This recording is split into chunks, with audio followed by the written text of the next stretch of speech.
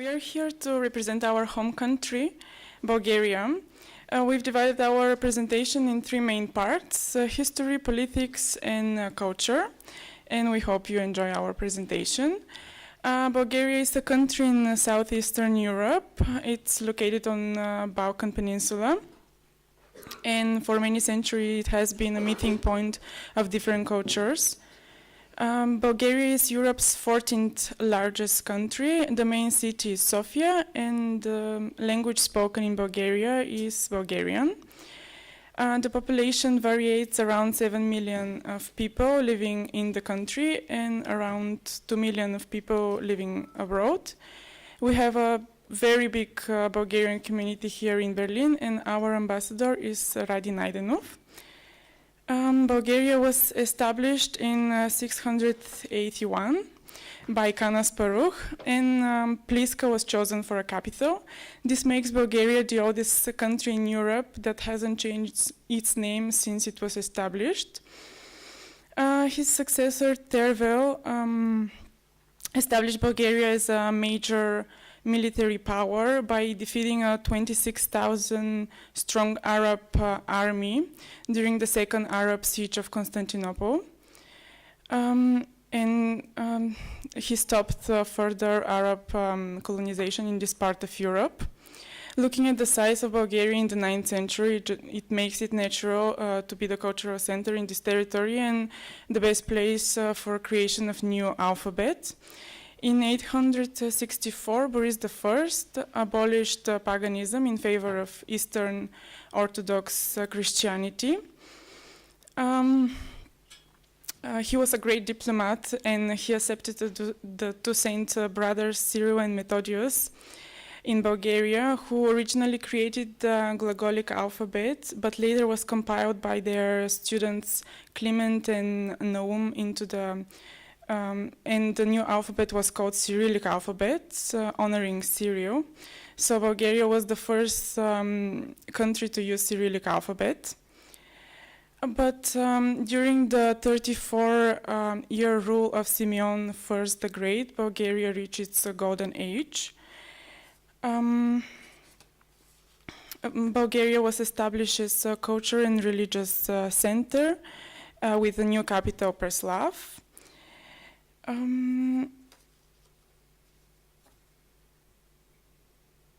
Bulgaria was, after a major uprising in year 1185, Bulgaria was re-established, and for a new capital was chosen the city of Tarnovo.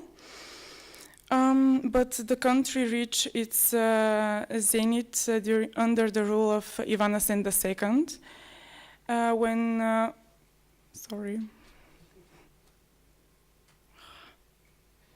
When culture and commerce flourished, Bulgaria reached its biggest territory in its whole history, reaching 3 seas, Black Sea, Aegean Sea, and the Adriatic Sea. Bulgaria, when the Ottomans started their conquest on the Balkan Peninsula, Bulgaria was conquered in 1396, and the Ottoman rule lasted for 500 years. After the Ottoman conquest, all major centers of Bulgarian culture were destroyed, but Bulgarian kept their national consciousness by translating books into Bulgarian and because of their religion. In the 18th century, the Enlightenment in Western Europe provided influence for the initiation of a movement known as the National Awakening of Bulgaria, which became a key factor in the liberation struggle, resulting with 1876 April Uprising. Up to 30 Bulgarians were killed as Ottomans put down the rebellion.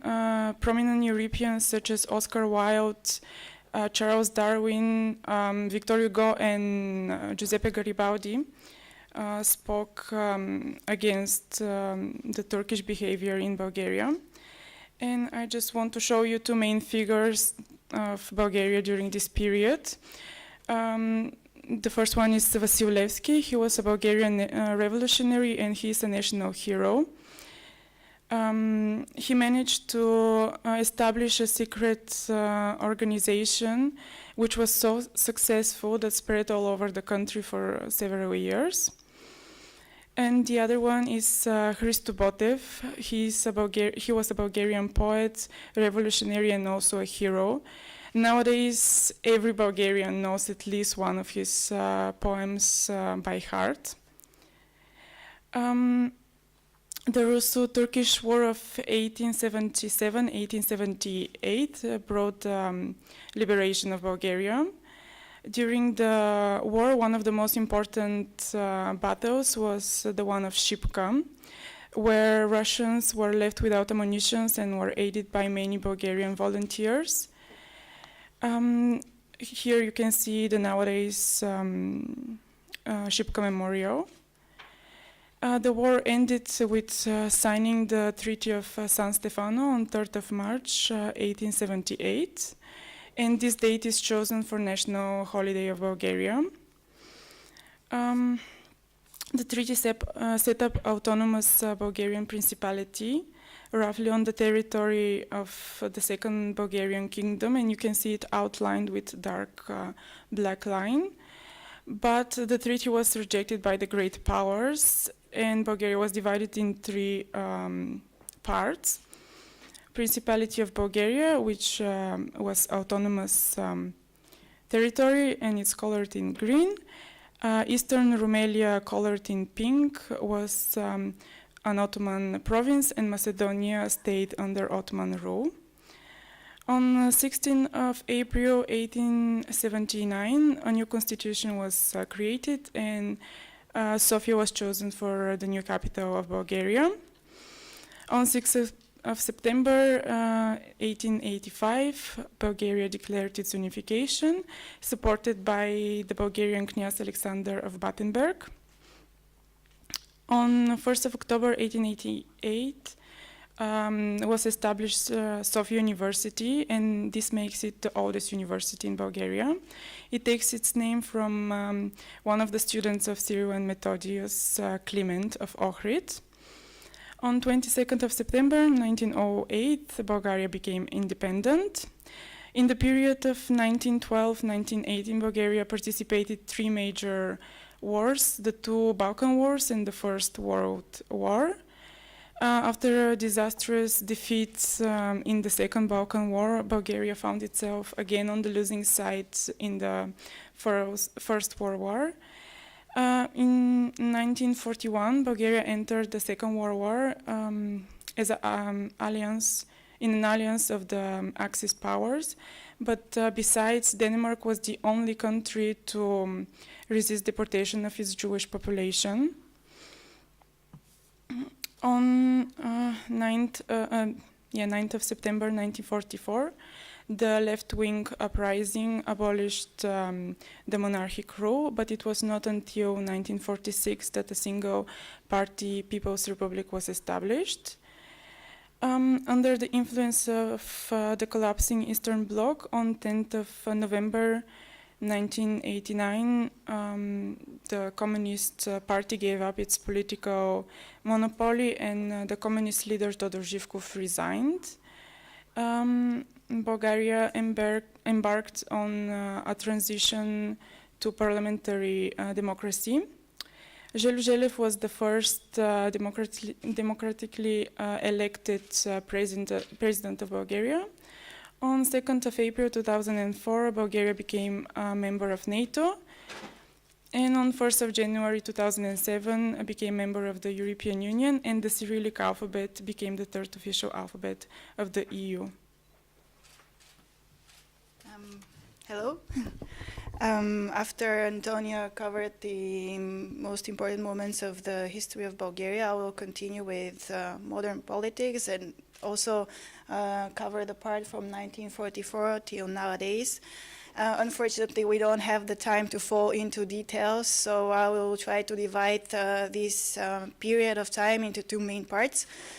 First part will be the communist scope from 1944 to 1989. And I will try to cover communism in Bulgaria in general, the relation between Bulgaria and Soviet Union, national languages, politics, and ethnic minorities during this period of time. And then the second part of this part of the presentation would be the Bulgarian transition and democracy.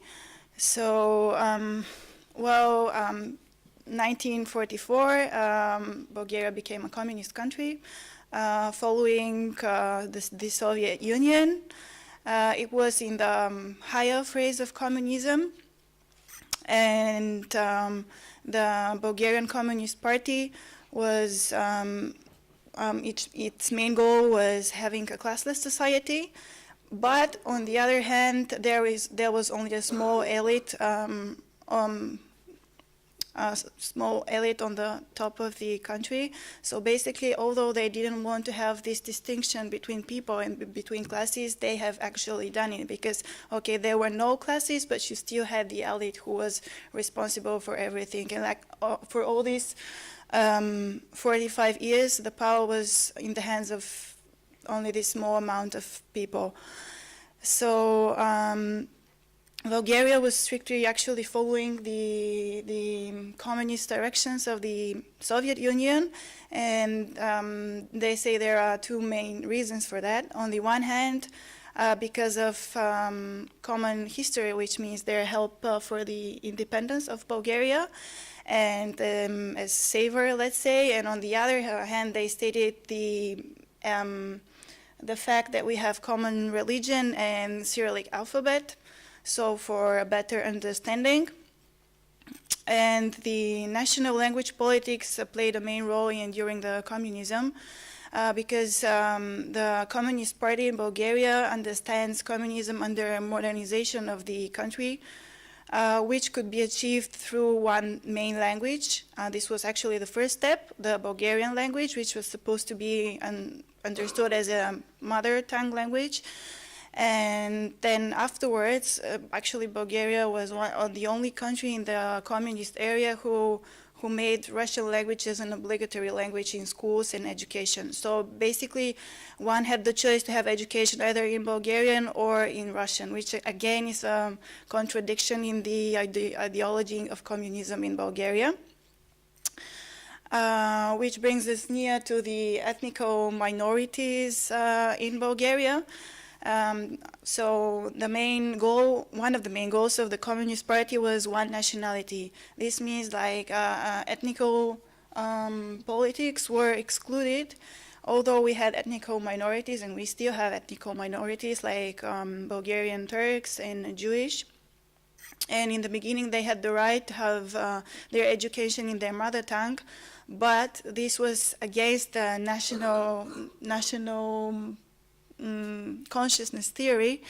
So after letting them have their education, their own language, it was the second step was abolishing this education. So they had the right either in Bulgarian or in Russian, which was basically in the 70s. And there are actually two ways handling ethnic minorities in the country. One of them is, let's say the first group is elimination and the second group is assimilation.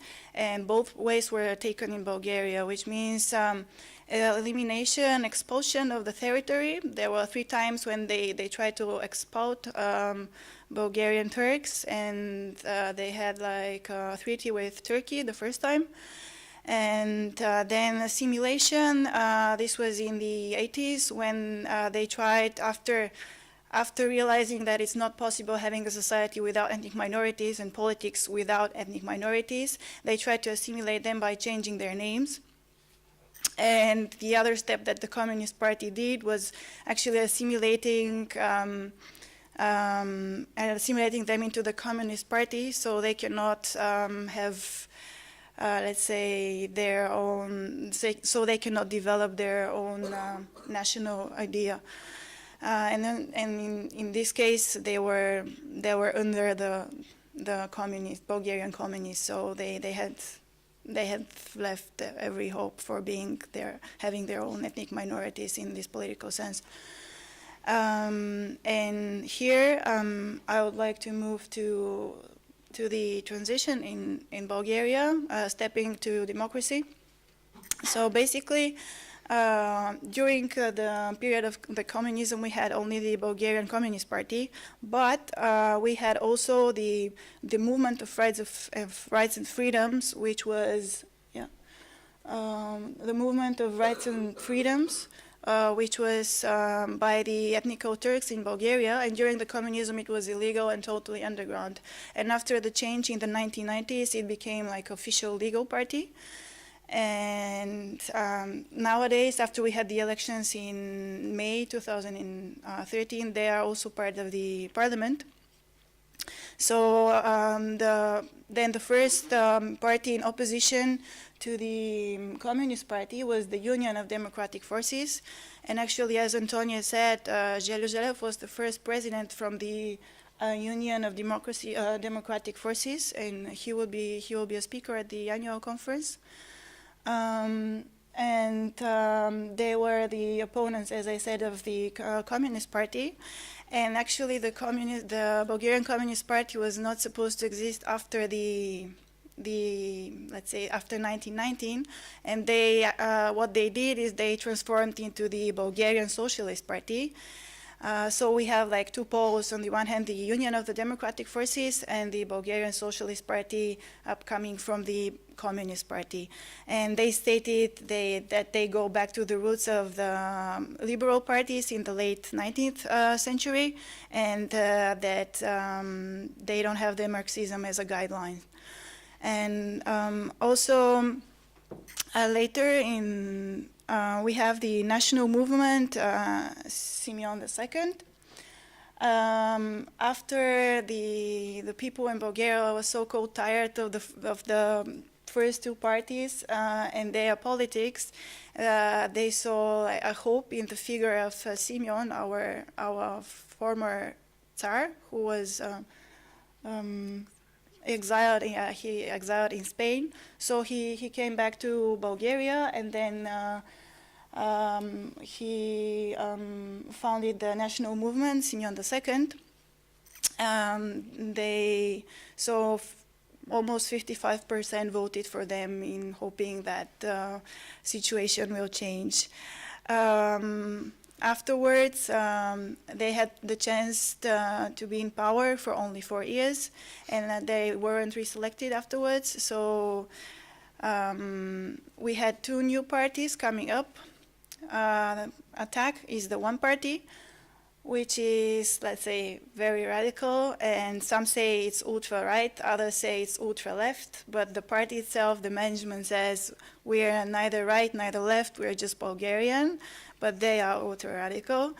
And then we have Citizens for European Development of Bulgaria, which is also in the parliament at the moment, and is the only party in Bulgaria reselected twice. So basically, this is let's say, these are the main parties in Bulgaria. Of course, we have several other small parties, but we don't have the time to cover them. So I hope you have like a main idea of the opponents in the political life in Bulgaria right now. And well, actually, for all these parties, the main task during their power, let's say, or while they was to improve the economic situation of Bulgaria. And when people vote for a party, it's always the first thing that they had take in mind is if this thing could happen, how it would be possible, and so on and so. Of course, there are always a lot of promises, and people not always, but a lot of times select the party with the best promises regarding economy. And what I can say, like for the industry, is there are like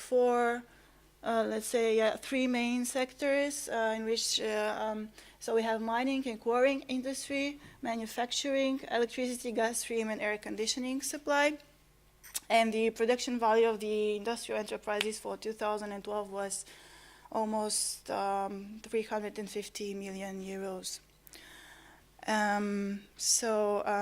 If we have questions regarding this part or the previous part, you can do this after our last part, which would be the cultural, and Antoniya will continue with it. This part includes some of the most typical products of Bulgaria, traditions, and some of the most important Bulgarians. First is the Bulgarian yogurt. It's considered one of the best in the world, and this is because of the unique Lactobacillus bulgaricus bacteria used for its production that can only be found on the territory of Bulgaria. The famous Bulgarian rose oil is used for making some of the world's most expensive and popular perfumes. 1 gram of rose oil is produced out of 1,000 rose blossoms. Today, Bulgaria is established as a world-class wine producer, and in my opinion, the best wine of Bulgaria is the one of Melnik. On the 1st of March every year we exchange martinicas. These are small adornments made of red and white thread that symbolize good health and happiness. These are a man and a woman called Pijo and Penda. We take them off when we see a stork, and we tie them on a blossoming branch of a tree. And two ancient rituals. The one is called Nestinarstvo. It's a fire ritual that involves a barefoot dance on smoldering embers performed by Nestinari. And it is a mixture of East Orthodox beliefs and old pagan traditions of Stranja mountain. And the other one is Kukeri. It's an ancient ritual performed by costumed men, seeks to scare away evil spirits and to bring good harvest and health to the society. Horo is the Bulgarian national dance. There are many and different kinds of horo, depending on the region they come from, and they are accompanied by Bulgarian folklore music. And now we'll talk about some very important Bulgarian personalities. This woman, she's called Valia Balkanska. She's a folklore singer, and the Bulgarian folklore song sung by her is Leodelu Haidutin. Has been flying around open space since 1977, together with the greatest work of Bach and Mozart.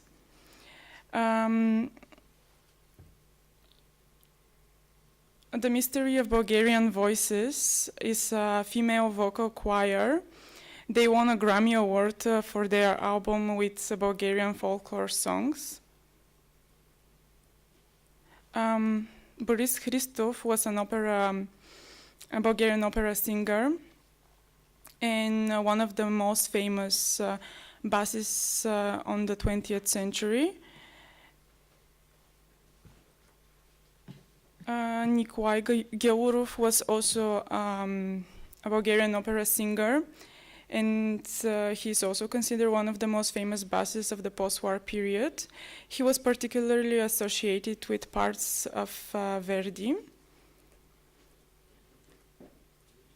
Ivan Vazov was a Bulgarian poet, novelist, and playwright, and he's referred to the patriarch of Bulgarian literature. He wrote the first Bulgarian novel, Under the Yoke, which was translated into more than 30 languages. Aleco Konstantinov was a Bulgarian writer, best known for writing the character of Baiganyu. You can see the character. He's one of the most popular characters in Bulgarian fiction. Baiganyu is at present considered an explanatory image of anti-hero, uneducated, egoistic, ignorant, and some consider him as a stereotype of the Balkan person, and you can see a quote of him. Aleco Konstantinov was also involved with the tourist movement in Bulgaria.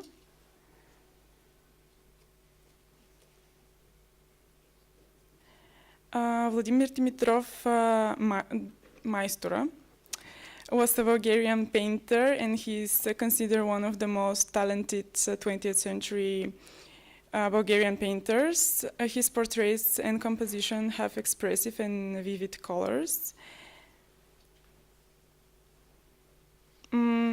Petar Danov was a spiritual master and founder of a school of esoteric Christianity and the White Brotherhood in Bulgaria.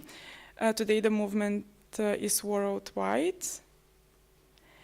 And Jonathan Asov, he was a physicist and inventor, and he invented the first electronic digital computer.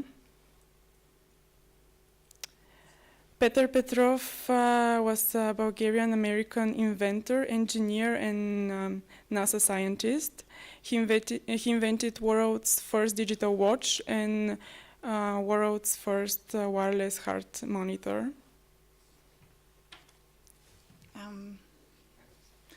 On the upper side, you can see Christa.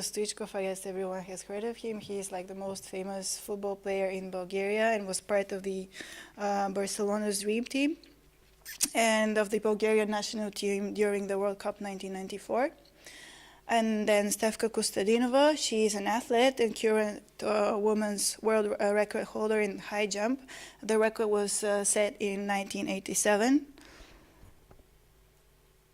Vasil Topalov, he is a Bulgarian chess grandmaster and won the World Chess Championship. Nina Dobrev, Bulgarian actress and model. She is famous for her role in the American television drama The Vampire Diaries. Christa he is one of the most famous environmental artists. And here you can see an example of the wrapped up Bundestag. Reichstag, sorry. And what we have here, Ruben Cherkelov, who is a painter and he lives in New York. He has exhibitions all over the world, and basically what he does is repainting the paintings of national currencies.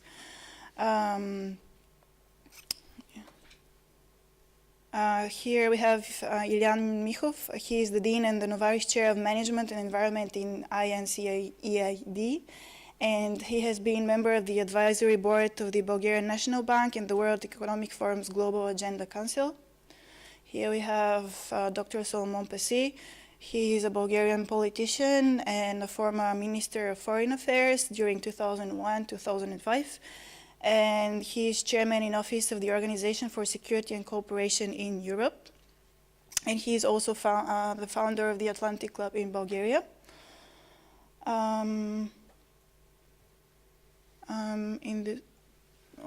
Here you can see Kristalina Georgieva.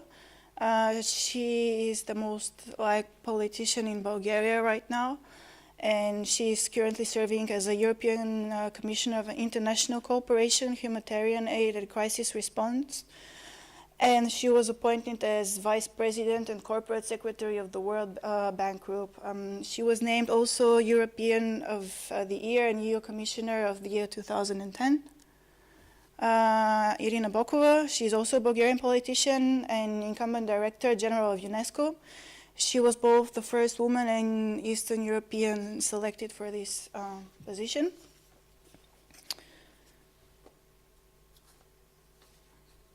And we are continuing with... There are so many amazing places in Bulgaria worth visiting, but we chose two places that, in our opinion, represent Bulgaria in the best way. This is Rila Monastery, and is the biggest and most important Orthodox monastery in Bulgaria. It is located in Rila Mountain, which is the highest mountain on the Balkan Peninsula. It was found in the 10th century, and it is regarded the most important cultural, architectural, and religious center in Bulgaria. And these are the Belogradchik rocks. They are a group of strange sandstone rock formations. They reach to up to 200 meters and cover 50 quadrat meters. They were in 2009 Bulgaria's nomination in the campaign for the new 7 Wonders of Nature. And now we are gonna play something. Well, we have chosen a short video representing like the differences between Bulgaria and European Union. Unfortunately, the parts of this video are titled in Bulgarian, but we will translate them. Let's say this is Bulgaria in Europe, and yeah, we hope you enjoy it. It's a kind of also self-irony, so yeah.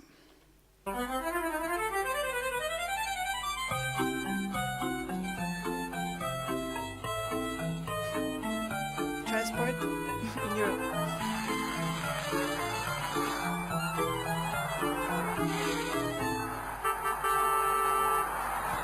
In Bulgaria.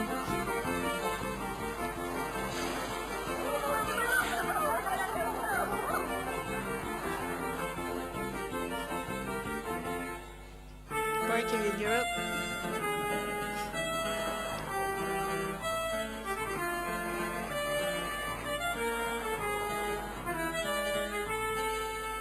In Bulgaria.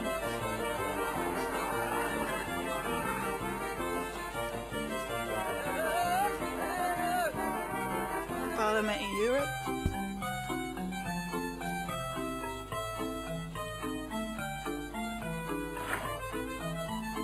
And in Bulgaria.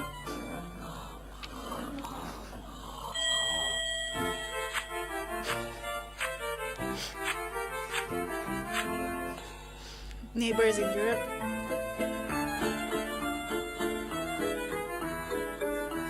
And neighbors in Bulgaria.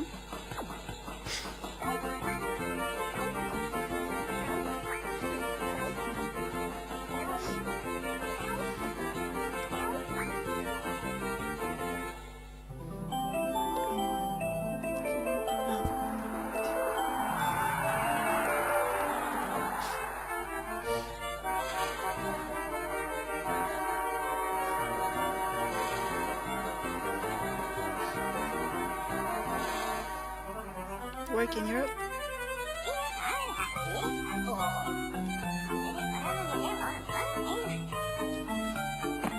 And how we do work in Bulgaria.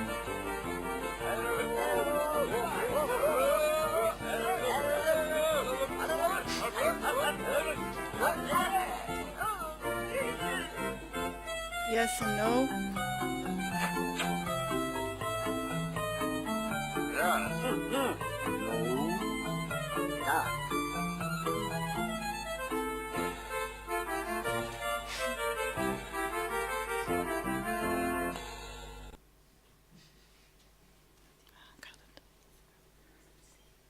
As a conclusion, we will show you a map. Europe according to Bulgaria. Yeah, it's by Yanko Tsvetkov. I guess you know these maps, but this is Europe according to Bulgaria.